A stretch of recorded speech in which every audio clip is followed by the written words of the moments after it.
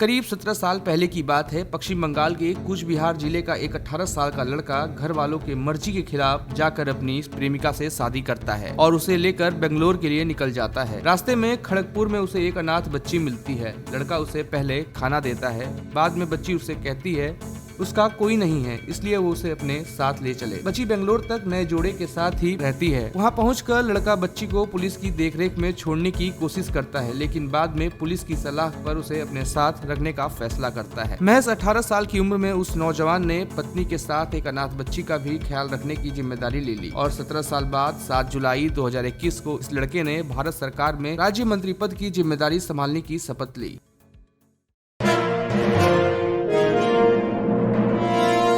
नमस्कार, खबर स्टेशन में आपका स्वागत है। इसमें कोई शक नहीं कि निशीथ प्रामाणिक ने महज 10 साल में राजनीतिक करियर में बड़ी कामयाबी हासिल की, लेकिन उनका सफर बेदाग बिल्कुल नहीं रहा। चुनाव आयोग में दाखिल एफिडेविट के मुताबिक निशीथ के खिलाफ 11 मामले निलंबित हैं। इसमें मर्डर, महिला के साथ जोर जबरदस्ती, डकैती, लूट, चोरी, हत्या की कोशिश जैसे तमाम संगीन आरोप शामिल हैं। हालांकि निशीथ के करीबी लोगों का मानना है कि ये मामले राजनीतिक मतभेद का परिणाम हैं। गौरतलब है कि इनमें से ज्यादातर मामले तब के हैं जब निशीथ टीएमसी में थे। तृणमूल कांग्रेस के एक बड़े नेता का कहना है कि निशीथ पार्टी की अंदरूनी लड़ाई का शिकार हुए। जिले के बड़े नेता उनसे खुश नहीं थे, इसलिए इन केसों के बहाने निशीथ को पार्टी से निकाल दिया गया। तृणमूल नेता ने यह भी बताया कि निशीथ काफी समय तक पार्टी में वापसी की आस लगाए बैठे थे, लेकिन ऐसा नहीं हो सका। पर उन्हें केंद्रीय मंत्री बनने के बाद टीएमसी के लोगों ने निलंबित मामलों का जिक्र छेड़ दिया। उन्होंने आरोप लगाते हुए कहा कि ऐसे व्यक्ति को कैसे मंत्री बनाया जा सकता है जिसके खिलाफ कई आपराधिक मामले दर्ज हैं। इसके अलावा टीएमसी ने निशीथ की डिग्री पर भी सवाल खड़ा किया।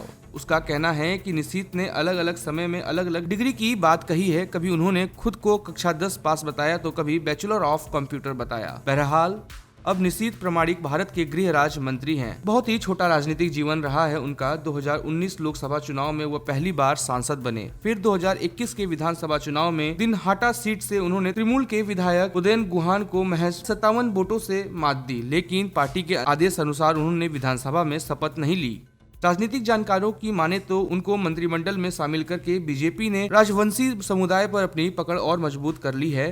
ये समुदाय न सिर्फ बंगाल बल्कि असम में भी अच्छी तादाद में है। खबर स्टेशन के लिए रोशन की रिपोर्ट।